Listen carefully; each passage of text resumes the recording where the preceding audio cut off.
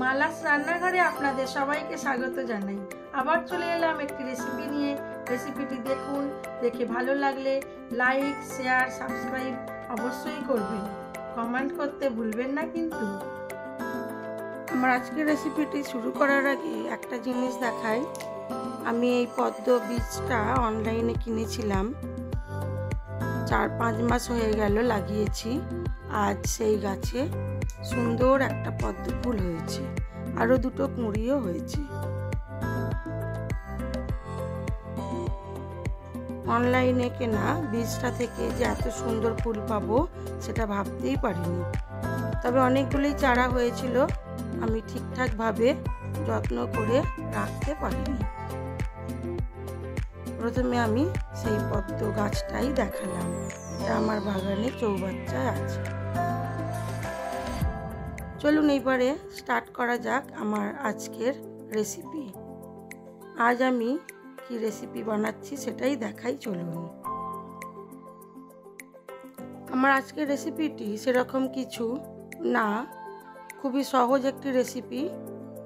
আজ আমি একটু অল্প চিংড়ি দিয়ে লাউ পাতা বাটা করব। তার জন্য চিংড়ি মাছগুলোকে খুব ভালো করে ধুয়ে নিয়েছি, আর লাউ পাতাটাও ভালো করে ধুয়ে নিয়েছি। এবারে কড়ার মধ্যে দিয়ে দিলাম কালো জিরে, শুকনো খোলার মধ্যে দিয়ে দিলাম কালো জিরে, দিলাম 2 শুকনো লঙ্কা,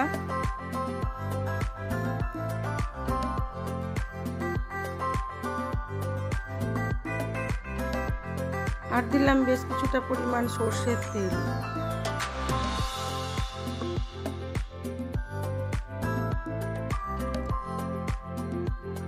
এইবারে দিয়ে দেবো গোটা রসুন, ছাড়িয়ে নিয়েছি কয়েকটা, আপনারা চাইলে একটু বেশিও দিতে পারেন। এবারে এটাকে হালকা ভেজে নেব।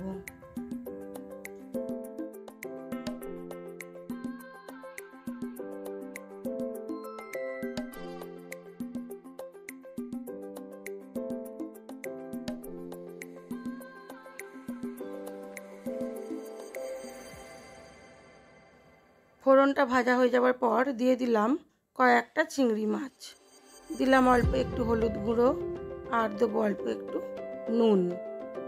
এবার এটাকে লাল করে ভেজে তুলে রাখবো, রেখে ঠান্ডা করব।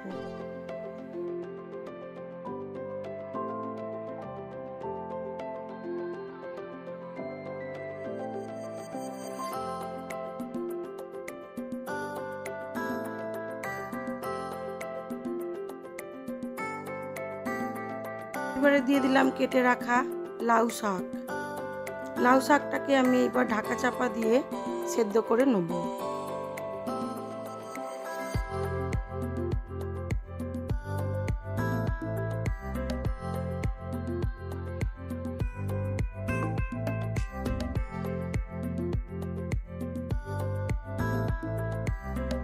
চিংড়ি মাছ আর ফোড়নটা ঠান্ডা হয়ে গেছে, প্রথমে ওটাকে মিক্সিতে একটু ঘুরিয়ে নেব।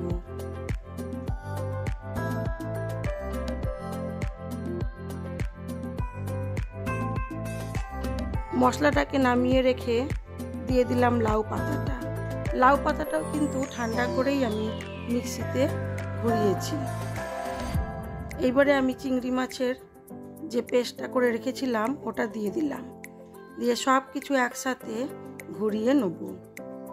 সব কিছুই কিন্তু ঠান্ডা করে তবে মিক্সির বাটিতে দেবেন, আর আপনারা যদি শিলনোড়ায় বাটতে চান তাহলে আরও ভালো হয়। এবারে কড়ার মধ্যে দিয়ে দিলাম আরও কিছুটা পরিমাণ সর্ষের তেল। আমি তেল অল্প অল্প করেই দিচ্ছি, আপনারা চাইলে বেশি ব্যবহার করতে পারেন। তেলটা গরম হয়ে গেছে, এবারে দিয়ে দিলাম বেটে রাখা লাউ শাক, চিংড়ি মাছ আর মশলাগুলো। সব কিছু দিয়ে স্বাদ মতো নুন ও চিনি দিয়ে আরও কিছুক্ষণ এটাকে নেড়ে চেড়ে নেব।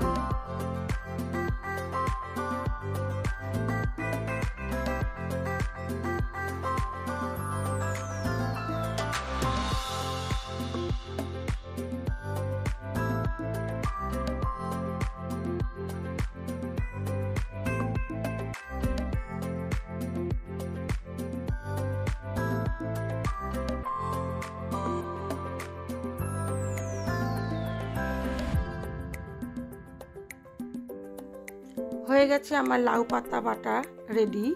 আমি এবার এটাকে সার্ভ করে দেবো।